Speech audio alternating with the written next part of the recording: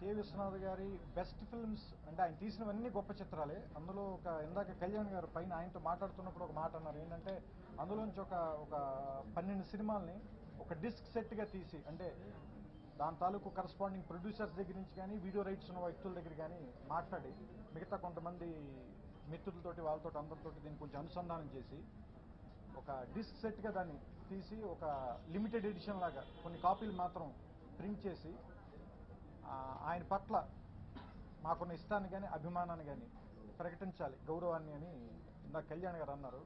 మాకు ఐడియా నచ్చింది. దాన్ని అతి త్వరలోనే ముందుకు తీసుకెళ్ళి నేను ఈ ఇయర్లోనే మోస్ట్లీ దాన్ని కంప్లీట్ చేయాలనుకుంటున్నాం. It's going to be really very special.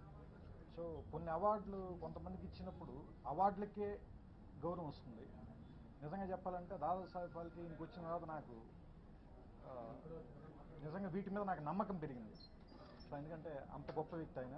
So ఆయన గురించి మాట్లాడడానికి ఇందాక కళ్యాణ్ గారు చెప్పిన నిజంగా మాకు స్థాయి కానీ, అర్హత కానీ, వయసు కానీ, అనుభవం కానీ ఏమీ లేవు.